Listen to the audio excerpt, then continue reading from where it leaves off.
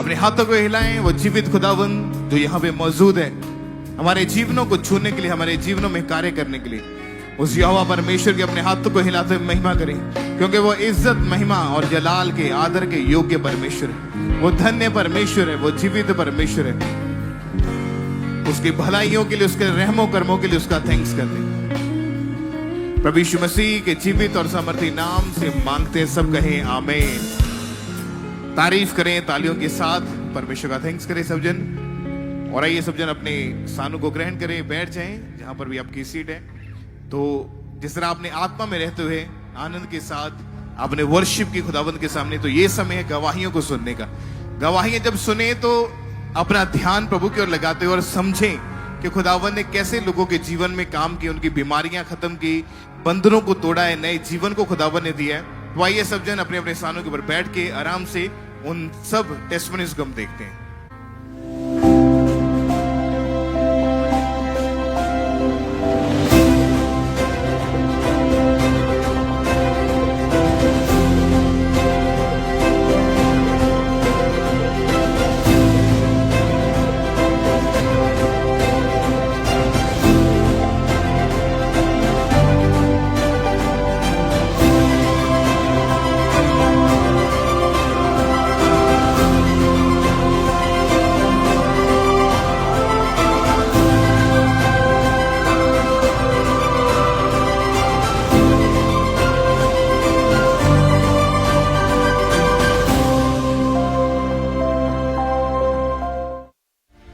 आज आप एक ऐसी गवाही सुनेंगे जिसको सुनने के दौरान आपका विश्वास परमेश्वर के ऊपर बहुत ज्यादा बढ़ जाएगा।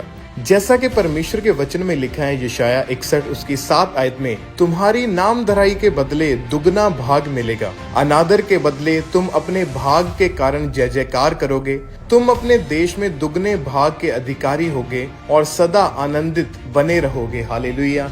ये वचन परमेश्वर ने इस परिवार की जिंदगी में पूरा किया। डॉक्टर ने मेरे और मेरे हस्बैंड की, हम दोनों की सारी जांचें करी।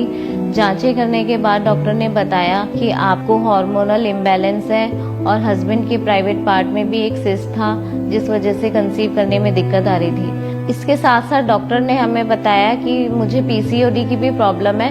अगस्त 2018 में मेरा पहला IUI हुआ, वो भी फेल हो गया। फिर उसके बाद 1 मंथ बाद दोबारा एक और IUI हुआ सितंबर 2018 में, वो भी फेल हो गया। अप्रैल 2022 में मेरा 3rd टाइम IUI हुआ, लेकिन वो भी फेल हो गया। फिर 4th टाइम फिर से मेरा IUI हुआ और वो भी फेल हो गया। फिर जब मेरा 4th टाइम भी IUI फेल हो गया, फिर उसके बाद डॉक्टर ने मुझे IVF के लिए सजेस्ट किया, लेकिन उसकी भी कोई गारंटी नहीं थी।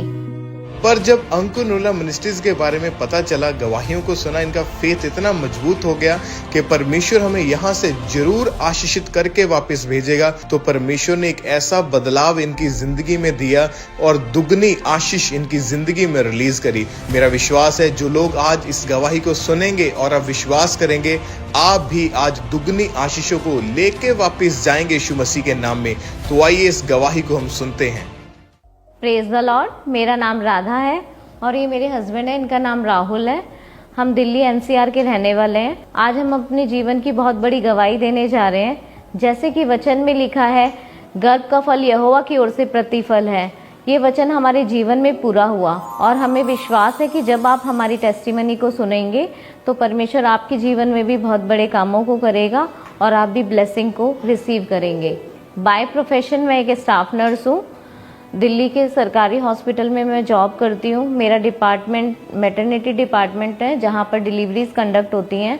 तो मैं डॉक्टर के साथ हेल्प कराती हूँ डिलीवरीज कंडक्ट कराने में।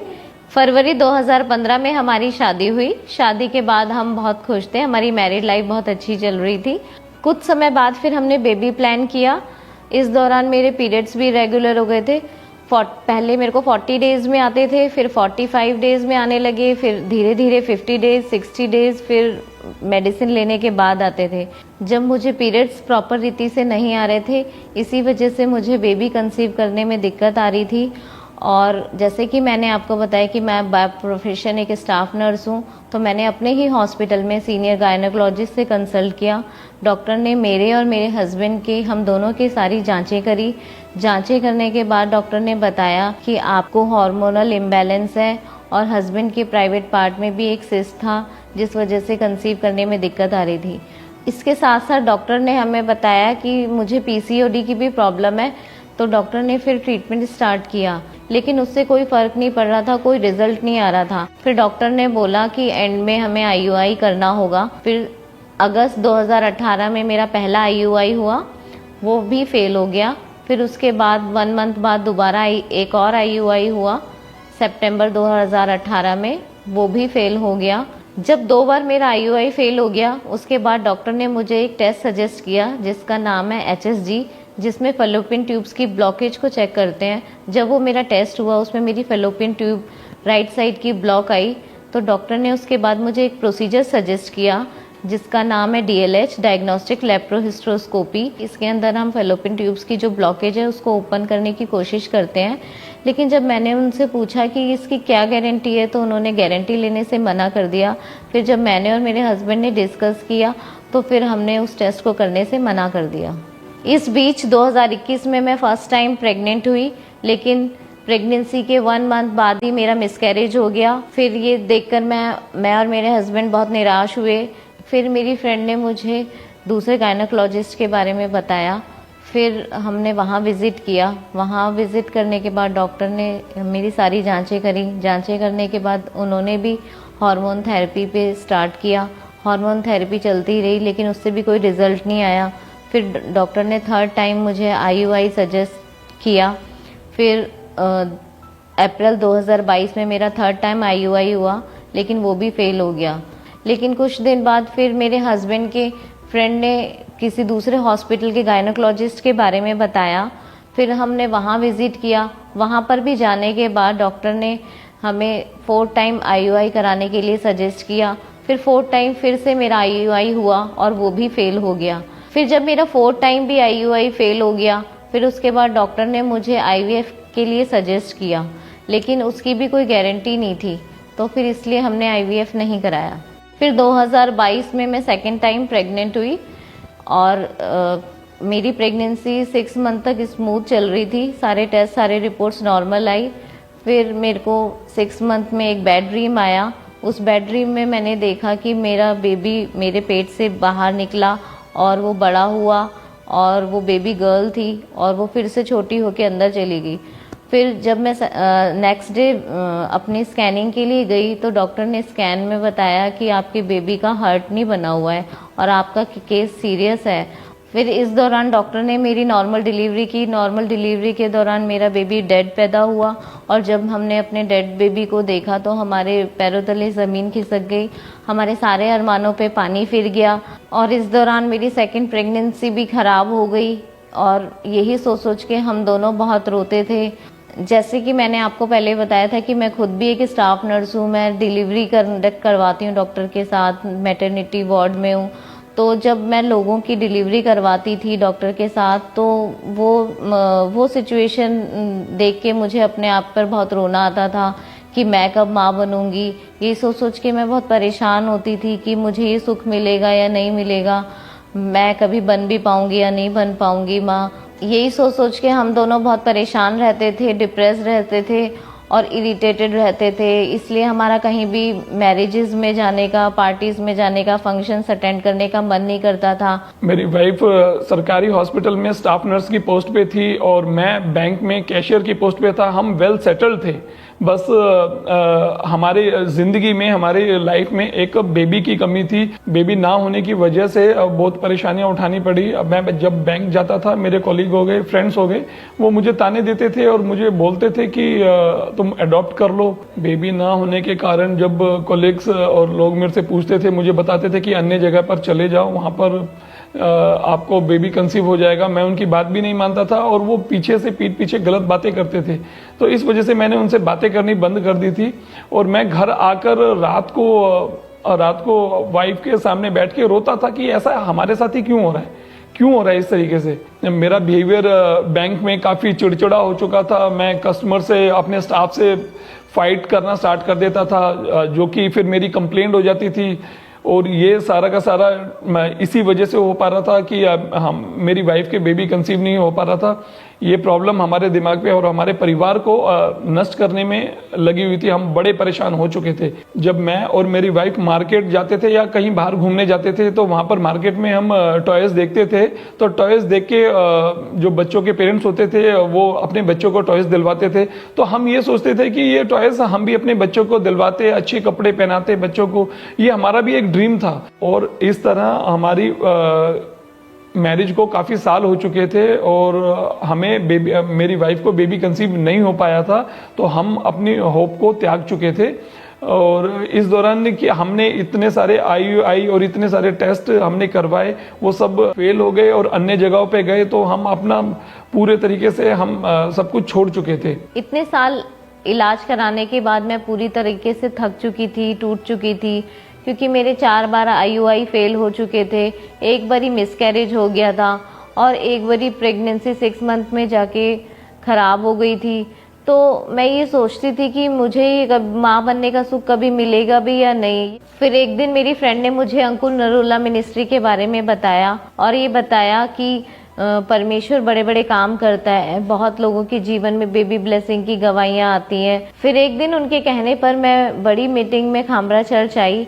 जिस दिन मैं खामरा चर्च आई उस दिन स्क्रीन पे जो गवाही चल रही थी वो बेबी ब्लेसिंग की थी। उस गवाही को जब मैंने सुना तो मेरा फेथ परमेश्वर पे बढ़ा और जब मैं घर गई तो मैंने लगातार मीटिंग्स को अटेंड करना शुरू किया। फिर एक दिन मैं ट्यूसडे को खामरा चर्च आई, वहाँ पे मैंने काउंसलिंग टीम से बात की। काउंसलिंग टीम से जब मैंने अपना केस डिस्कस किया तो उन्होंने मेरा ले हैंड कार्ड बनाया, फ्री में ले हैंड कार्ड बनाया, कोई पैसा नहीं लिया। फिर 8 अगस्त 2024 को मैं और मेरे हस्बैंड खामरा चर्च आए और उस दिन वाइट गारमेंट मीटिंग थी और परमेश्वर के दास दासी द्वारा हम दोनों का ले हैंड हुआ।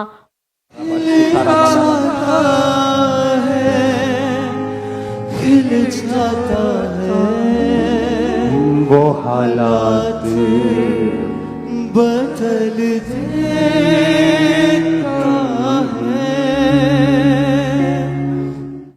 और जैसे ही हमारा ले हैंड हुआ, पवित्र आत्मा की सामर्थ ने हमें छुआ, हमारी बॉडी में गर्माहट महसूस हुई, हमारा शरीर पूरा हल्का हो गया। और जब हम ले हैंड करा के अपने घर गए उस दिन हमें बहुत सुख की नींद आई। और उसके बाद जब नेक्स्ट मंथ मेरे पीरियड्स मिस हुए तो फिर मैंने यूरिन प्रेगनेंसी टेस्ट से चेक किया और वो पॉजिटिव आया। जब मैंने अपना यूरिन प्रेगनेंसी टेस्ट पॉजिटिव देखा तो मैं खुशी के मारे रो पड़ी और फिर मैंने अपने हस्बैंड को बताया। फिर हम दोनों ये देखकर बहुत हैरान हुए और हम खुशी के मारे रोने लगे। हमारी खुशी का कोई ठिकाना ना रहा और इस बार मुझे पूरा विश्वास था कि मतलब परमेश्वर मुझे 9 महीने तक संभाल के रखेगा। वह परमेश्वर ने मुझे 9 महीने तक संभाल के रखा। मेरी पूरी प्रेगनेंसी सेफ रही। मेरे सारे टेस्ट, सारी स्कैनिंग नॉर्मल आती रही। जितने भी जेनेटिक डिसऑर्डर के टेस्ट हुए वो सभी रिपोर्ट्स नॉर्मल आई। और शादी के 10 साल बाद 7 मई 2025 को एक हेल्दी बेबी गर्ल के साथ ब्लेस किया। जब पहली बार मैंने अपने बेबी को हाथ में लिया तो मैंने परमेश्वर का धन्यवाद किया और मेरी खुशी के मारे आंसू रुक नहीं रहे थे कि परमेश्वर ने आज मेरी शर्मिंदगी को दूर किया है। अब मैं और मेरे हस्बैंड हम अपनी बेटी के साथ बहुत खुश हैं और हमारी पूरी फैमिली बहुत आनंदित है। अब हम अपने बेबी के लिए बहुत अच्छी ड्रेसेस खरीदते हैं, टॉयज खरीदते हैं और परमेश्वर ने हमारी लाइफ को रिस्टोर किया, हमारी मैरिज लाइफ को रिस्टोर किया। अब जब लोग हमारे बेबी को देखते हैं तो वो पूछते हैं कि ये बेबी कैसे हुआ, आपने कहाँ से मेडिसिन ली, कहाँ से ट्रीटमेंट लिया। अब हम लोगों को बताते हैं कि जीवित परमेश्वर ने हमें इस आशीष को दिया है और हम जहाँ भी जाते हैं परमेश्वर की महिमा करते हैं। अब हम अपनी बेटी के साथ बहुत खुश हैं, बहुत आनंदित हैं जो प्रभु ने हमारी तमन्ना को पूरा किया। हमने अपनी बेटी का नाम जीवा रखा है जिसका मतलब है लाइट ऑफ गॉड। अब बेबी होने के बाद अब जो ऑफिस में हमारा जो जिस तरीके का बिहेवियर था, जिस तरीके से जो मेरा बिहेवियर चेंज हो गया था वो अब रिस्टोर हो चुका है प्रभु की दया से। प्रभु के आनंद से मेरी आत्मा आनंद से भर चुकी है। अब मैं अपने ऑफिस में बहुत स्थिर हो चुका हूं। जिन लोगों के पास बेबी नहीं है, मैं उन लोगों से कहना चाहता हूं कि प्रभु के द्वारा जो हमने बेबी रिसीव किया, इतने 10 साल के बाद, इतने ट्रीटमेंट लेने के बाद, IUI करवाने के बाद और इतने अन्य जगह पे घूमने के बाद जो हमने रिसीव किया, अगर आप प्रभु को मानोगे, प्रभु की दया में चलोगे, तो वो आपको भी बेबी देगा, आपकी तमन्नाओं को पूरा करेगा। जिन बहनों के पास आज भी बेबी नहीं है, मैं उन बहनों को यही कहना चाहूंगी कि आप परमेश्वर में अड़े रहो, खड़े रहो, और परमेश्वर ने जैसे मेरी शर्मिंदगी को दूर किया, मुझे बेबी, हेल्दी बेबी के साथ ब्लेस किया, परमेश्वर आपकी जिंदगी में भी आपको बेबी के साथ ब्लेस करेगा।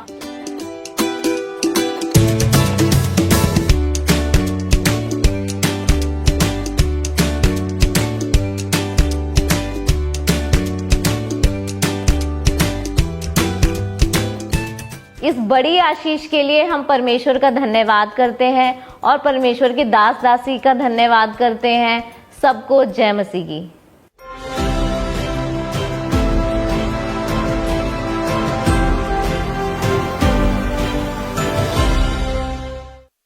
जैसा कि हम परमेश्वर का वचन यूहन्ना 1 अध्याय उसकी 7 आयत में पढ़ते हैं कि प्रभु यीशु मसीह का लहू हमें सब पापों से शुद्ध करता है, तो परमेश्वर ने अपना जीवित वचन इस भाई की जिंदगी में पूरा किया। जब इनकी जिंदगी में नशे इतने ज्यादा बढ़ चुके थे तो उनसे ये बाहर नहीं आ पा रहे थे, लेकिन जब प्रभु यीशु मसीह की सामर्थ्य के साथ इनका सामना हुआ तो परमेश्वर ने इन्हें नशों से आजाद किया। तो आइए इस भाई की इस अद्भुत गवाही को सुनते हैं। हालेलुया, जय मसीह की। मेरा नाम रामित काले, मेरे पत्नी का नाम प्राजक्ता काले। हम महाराष्ट्र से हैं। हमारे शहर का नाम छत्रपति संभाजी नगर औरंगाबाद है और आज मैं अपने जीवन की सबसे बड़ी गवाही देने जा रहा हूँ। 2005 में मैंने अपने 12th स्टैंडर्ड पूरा किया अच्छे मार्कों के साथ और उसके बाद मैं अपने नर्सिंग प्रोफेशन की पढ़ाई के लिए 2005 से लेकर 2010 तक मैंने अपनी पढ़ाई पूरी की। 2010 में मैंने medical education of directorate of nursing education और रिसर्च में एंट्रेंस एग्जाम दी और नर्सिंग ऑफिसर ये ओहदे पे मैं काम को लग गया। और वो दरमियान मैंने साइकेट्रिक इन नर्सिंग ये स्पेशलाइजेशन भी किया और उसमें भी मैंने टॉप किया। और उसके बाद 2013 में मेरी शादी हो गई और उसके बाद भी सब कुछ अच्छा चल रहा था। 2015 में मेरी संगति ऐसे लोगों के साथ हो गई जहाँ मेरा रोज पार्टीज में जाना, पब्स में जाना, बार्स में जाना होता था और हल्लू हल्लू में नशा करना शुरू किया। तब फर्स्ट टाइम जब मैंने शराब का नशा किया तो मुझे काफ़ी अच्छा लगा और फिर वो मेरी आदत बन चुकी थी और फिर मैं पार्टीज, पब में जाके, बार्स में जाके ये हमेशा करते रहा और धीरे धीरे इन सब नशों में मैं गिरते चले गया। और बाद में ये नशा बढ़ते बढ़ते मैं सिगरेट भी पीने लग गया, हुक्का भी पीने लग गया। और उसके बाद जैसे नशा बढ़ते गया तो मुझे गुस्सा भी आने लग गया, मैं चिड़चिड़ करने लगता था और अगर कोई मुझे कुछ बोल दे तो फिर मैं नफरत उन लोगों की मेरे दिल में रहती थी और ये सब चीज़ें बढ़ते गए। जैसा कि मेरा सब बड़े बड़े लोगों के साथ उठना बैठना था, सब बड़े बड़े गैंगस्टर्स के साथ मैं उठता बैठता था और मेरी लाइफस्टाइल बन चुकी थी कि मैं रोज पार्टीज, पब्स में जाके एंजॉय करूं, पार्टी करूं और पैसों की हेरा फेरी, जो भी करप्शन के रिलेटेड हो सब करूं, क्योंकि मुझे वो अच्छा लगने लग गया था। मेरी वो लाइफस्टाइल बन चुकी थी। उसके बाद जैसे मेरा ओहदा बढ़ा और मैं बड़ा होते गया इन सब चीज़ों में, मेरी संगत इन सब बड़े लोगों से होती गई। लेकिन मेरे सामने मेरे दोस्त लोग सब जो आसपास के थे वो काफ़ी अच्छा बोलते थे और लेकिन जैसा ही मैं मुड़ जाता था मुझे पता चलता था कि ये मुझे बोलते थे ये शराब पीता है और ये हुक्का नशा करता है, ये ऐसी कैसी करता है और वो मुझे काफ़ी बुरा लगता था। और ये मेरी नशे की बात और मेरा व्यवहार इस सब चीज़ों के बारे में मेरी पत्नी को भी पता चल चुका था और वो बहुत नाराज़ रहती थी, बहुत रोती थी और घर में क्लेश, अशांतता रहती थी और मेरे घर में पीस बिल्कुल नहीं रहता था और ये झगड़े काफ़ी हद तक बढ़ चुके थे, इतने बढ़ चुके थे कि हमने सोच लिया था कि अभी हम अलग हो जाएं। पहले तो इस बारे में मुझे पता नहीं था, लेकिन धीरे धीरे जब मुझे कबर्ड से महंगी बोतलें, शराब की बोतलें जब मैंने देखना शुरू की, मुझे जब पता चला तब मैं बहुत डर गई। और उसके बाद जब मैंने इन्हें पूछा तो ये कहते थे कि ओकेजनली मैं लेता हूँ और फिर धीरे धीरे ये बातें इतनी बढ़ गई कि हर दिन ये रोज़ लेके आते थे और नशे की बदबू इनके मुंह से आती थी। फिर ये बातें मुझे बहुत परेशान करना शुरू कर दी और ये बातें इतनी हद तक बढ़ गई कि ये लेट नाइट आना शुरू कर दिए और 3-3, 4-4 दिन ये घर पे नहीं आते थे, और जब मैं फ़ोन करती थी तब ये मेरे फ़ोन कॉल्स रिसीव नहीं करते थे। मैं अकेली ही घर पे रोते बैठती थी और बस मैं ये विचार करती थी, सोचती थी कि मेरा जीवन क्या ऐसे ही रहेगा या कुछ बदल होगा या नहीं। और जब ये वापस आते थे तब ये मुझे बहुत झूठ कहते थे, लेकिन जब मैं इनके सूटकेस और बैग्स में देखती थी तो बहुत शराब की बोतलें और मोबाइल अगर गलती से मेरे हाथ में आ गया तो बहुत गलत तस्वीरें मुझे दिखती थी। और ये सब देखने के बाद मुझे ऐसा लगता था कि मैं जीऊँ या कहीं जाके मैं सुसाइड कर लूँ। तो ये सारी जो चीज़ें थी मेरे जीवन में हो रही थी और इनके द्वारा मैं बहुत परेशान हो गई थी।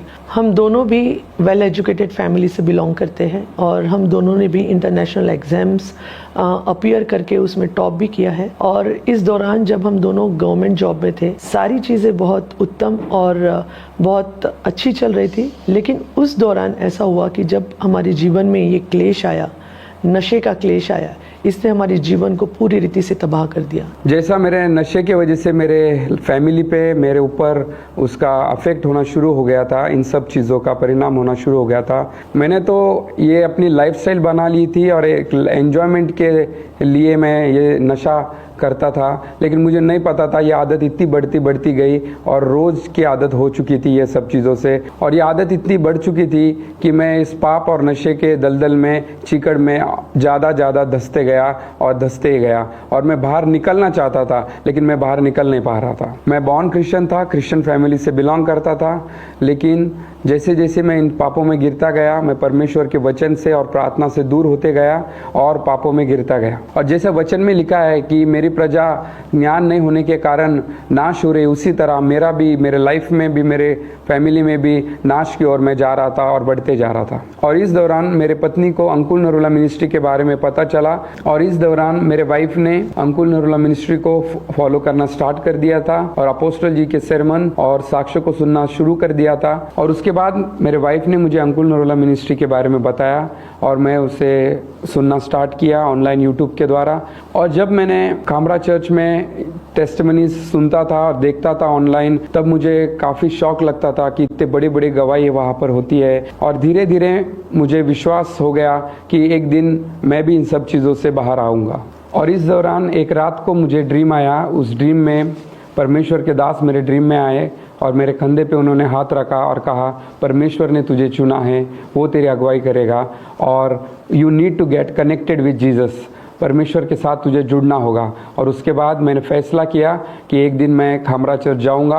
और 1 दिसंबर 2024 को जब मैं पहली बार खामरा आया, मैं काफ़ी हैरान हो गया क्योंकि मैंने इतने मात्रा में लोग कभी नहीं देखे थे। 4 से 5 लाख लोग बैठे हुए थे। और वो जब सेरेमन मैंने सुना और प्रार्थना की और जब मास प्रेयर हुई, उसके बाद मैं पूरा हल्का महसूस फील किया, एक सुकून, एक शांति मेरे लाइफ में एंटर की। और मैं उस साक्ष्य और उस गवाही के लिए मैं आगे आया। और जब मेरी गवाही परमेश्वर के महान दास ने सुनी और उन्होंने मुझ पे प्रेयर की, केवल प्रेयर नहीं की, मुझे गले लगाया और मुझ पे प्रोफेसी की कि ऊंचे काम के लिए परमेश्वर ने तुझे चुना है, वो तेरी अगुवाई करेगा और तू बड़े साक्ष्य के साथ आएगा।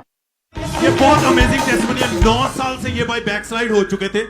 आपका ड्रीम आया इनको और इनको बड़ी मीटिंग का पता चला, आज आए, परमेश्वर की सामर्थ्य ने छुआ, कहते आने का मान नहीं, प्रभु लेके आया, एकदम से मन हल्का हो चुका है, मन बदल चुका है पूरी तरह। वाली दौड़ में ये मीटिंग बैकस्लाइडेड लोगों के वापिस आने के लिए थी। ऊंचे होने के लिए खुदा ने तुम्हें चुना है, वो जाहिर करेगा, तुम्हारी अगुवाई करेगा।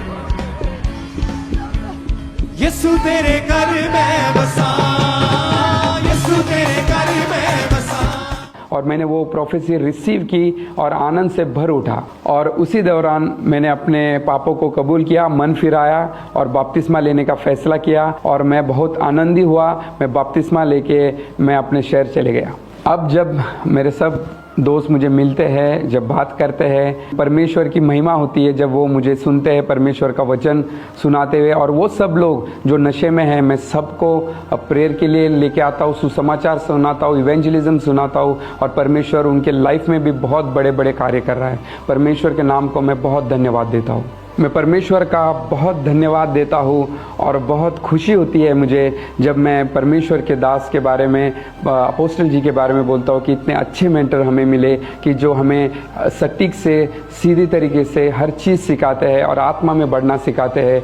अब हमारी मैरिड लाइफ बहुत ही आशीषित और अभिषिक्त है और पहले जैसा कुछ भी नहीं रहा, ना झगड़े, ना क्लेश, ना अशांतता, ये सारी बातें हमारे जीवन से चली गई।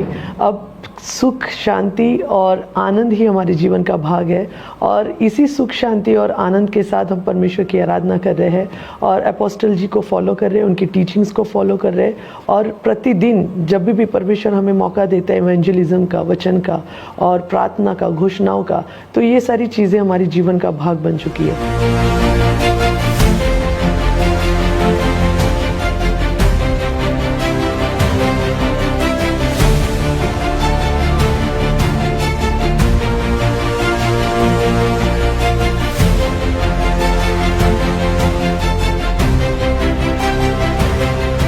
और इस न्यू लाइफ के लिए और मार्वल्स टेस्टिमनी के लिए मैं परमेश्वर का धन्यवाद करता हूँ, परमेश्वर के नाम को ऊंचा उठाता हूँ और परमेश्वर के दास और दासी को धन्यवाद देता हूँ।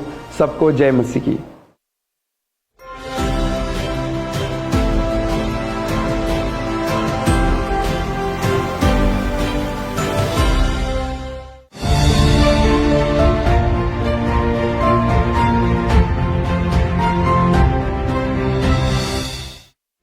इस बहन की जिंदगी में परमेश्वर ने बहुत ही बड़ा और अद्भुत काम किया, क्योंकि एक समय ऐसा था जब ये पूरी रीति के साथ बेड के ऊपर थे।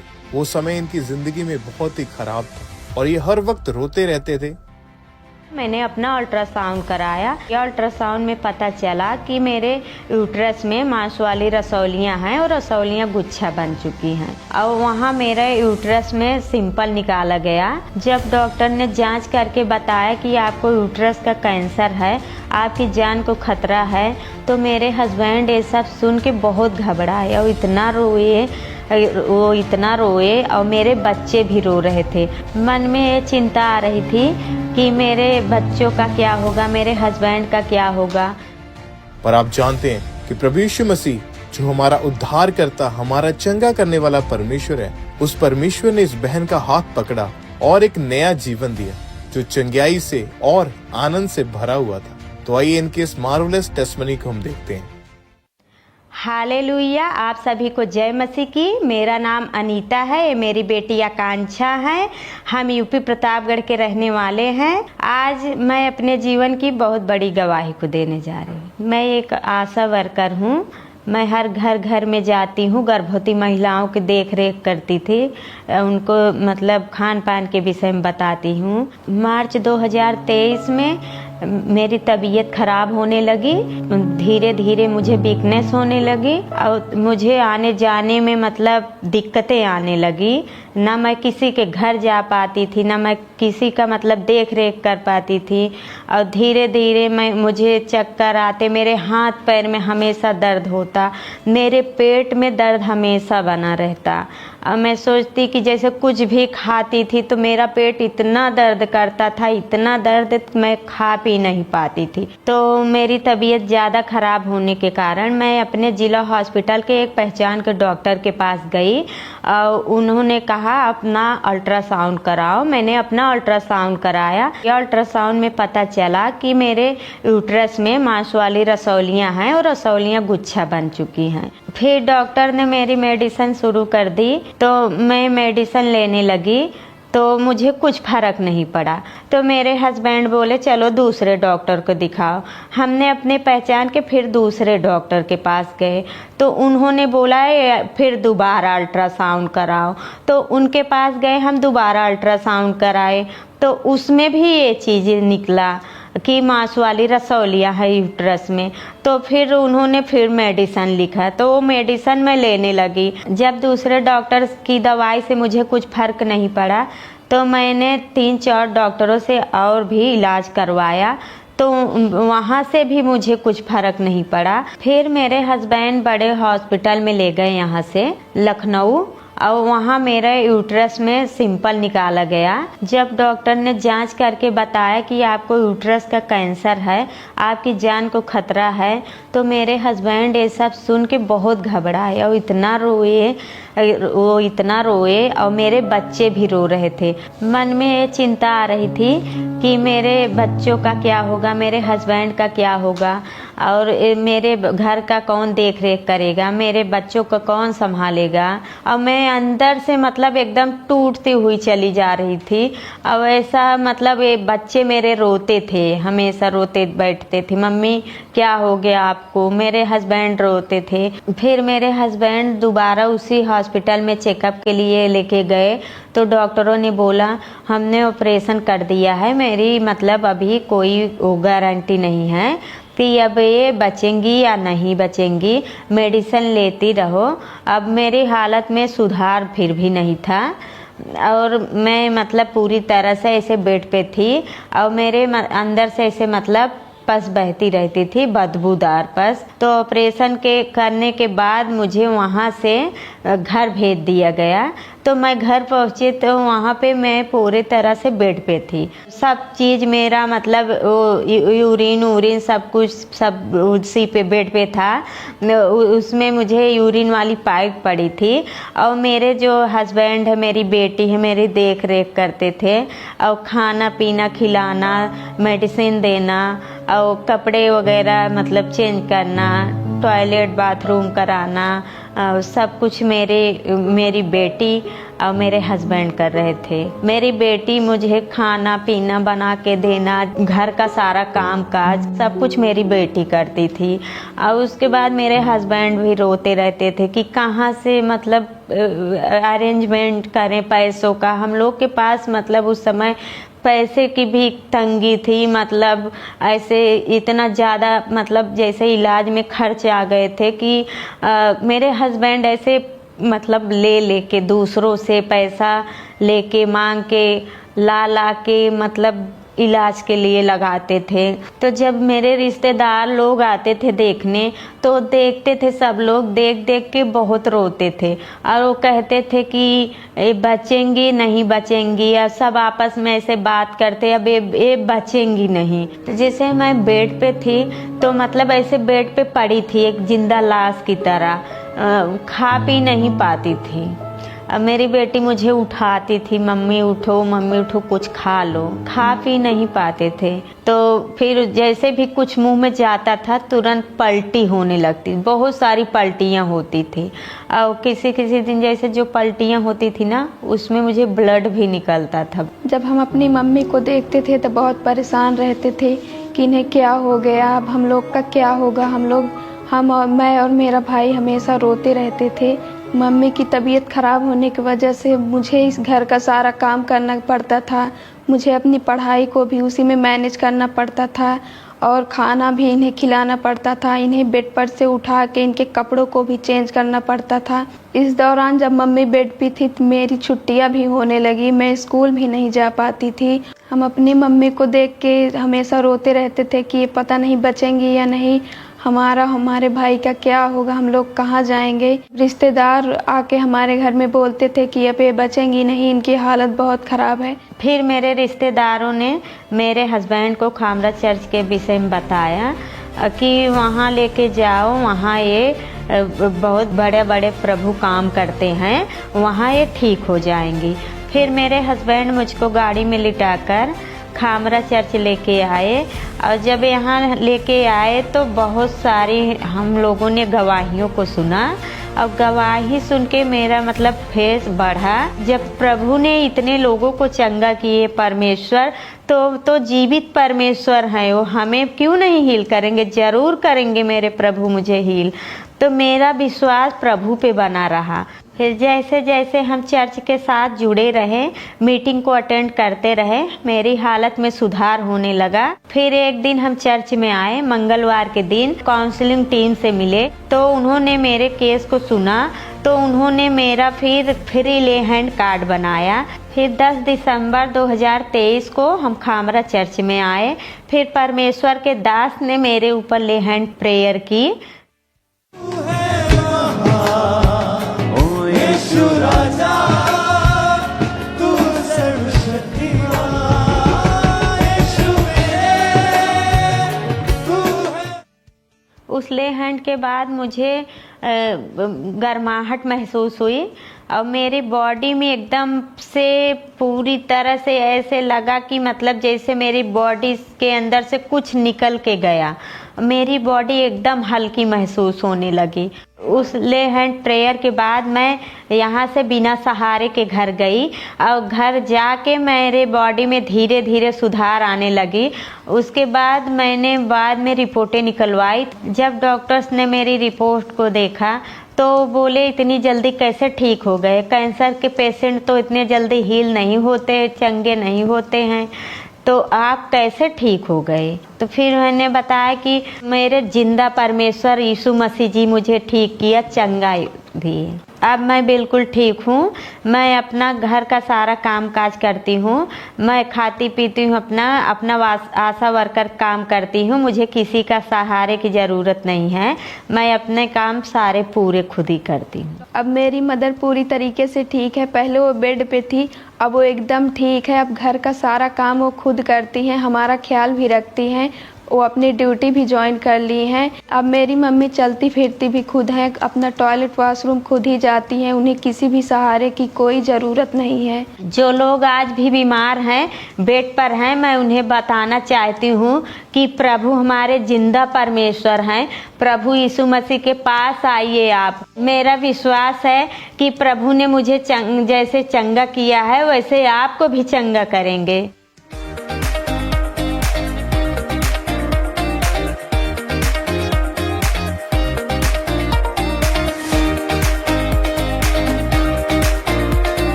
मेरी इस बड़ी चंगाई के लिए हम प्रभु का धन्यवाद करते हैं और प्रभु के दास दासी का धन्यवाद करते हैं।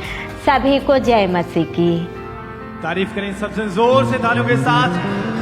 वो जीवित परमेश्वर प्रभु यीशु मसीह के नाम को महिमा दें। आइए सब जन अपने स्थानों के ऊपर खड़े हो जाएं, अपनी आंखों को बंद करें और अपने हाथों को उठाएं। सब जन स्वर की ओर, सब भाई सब बहनें अपने हाथों को उठाएं और सब जन कहें, क्रूस को उठा है,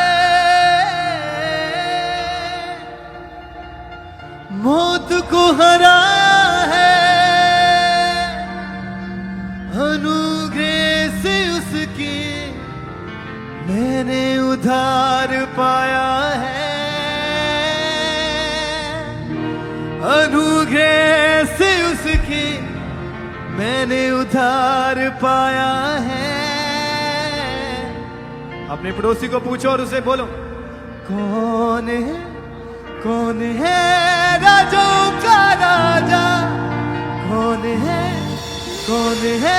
दुनिया का बादशाह। और अब अपने पड़ोसी को बताओ क्या है उसका नाम, बोलो यीशु है उसका नाम। आपकी बारी, बोलो यीशु है उसका नाम। मैं सुनना चाहता हूं, यीशु है उसका नाम, यीशु है उसका नाम। तो करो जय जयकार, तो करो जय जयकार। क्या आप तैयार हैं उसकी जय जयकार करने के लिए? अपने हाथों को उठाएं और ऊंची आवाज से कहें हालेलुया।